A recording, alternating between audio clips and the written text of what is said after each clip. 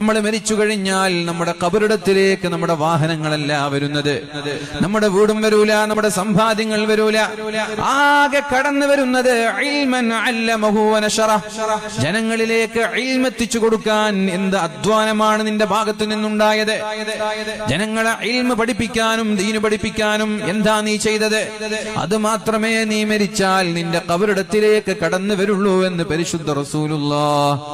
പിന്നെ നബി തങ്ങൾ പറഞ്ഞു, വസദഖത്തുൻ ജാരിയ, നിന്റെ ഖബറിടത്തിലേക്ക് വരുന്ന മറ്റൊരു അമൽ, നീ നിന്റെ ജീവിച്ചിരിക്കുന്ന സമയത്ത് ജാരിയായ സ്വതക്ക, പെർമനന്റ് ആയ സ്വതക്ക, താൽക്കാലികമായ സ്വതക്കകളല്ല, ഒരു ടെമ്പററി ആയിട്ടുള്ള സ്വതക്കകളല്ല. ജാരിയ എന്ന് പറഞ്ഞാൽ പെർമനന്റ് ആയിട്ടുള്ള സ്വതക്ക. ഇതുപോലെയുള്ള സ്വതക്കകൾ നീ ചെയ്തിട്ടുണ്ടെങ്കിൽ അതാണ് നിന്റെ ഖബറിടത്തിലേക്ക് വരുന്നത്. മൂന്നാമതായി നിന്റെ ഖബറിടത്തിലേക്ക് വരുന്നത് സ്വാലിഹീങ്ങളായ ദുആ ചെയ്യുന്ന മക്കളാണ്. അതുകൊണ്ട് പ്രിയപ്പെട്ടവരെ, ആഡംബരങ്ങളിലൂടെ നമ്മൾ ജീവിക്കുമ്പോ, സുഖലോലുപതയിലൂടെ നമ്മൾ ജീവിക്കുമ്പോ അതിൽ നിന്ന് നല്ലൊരു എമൗണ്ട് വിദ്യാഭ്യാസമില്ലാത്ത പാവങ്ങളായ ആളുകളെ ഇൽമ പഠിപ്പിക്കാൻ വേണ്ടി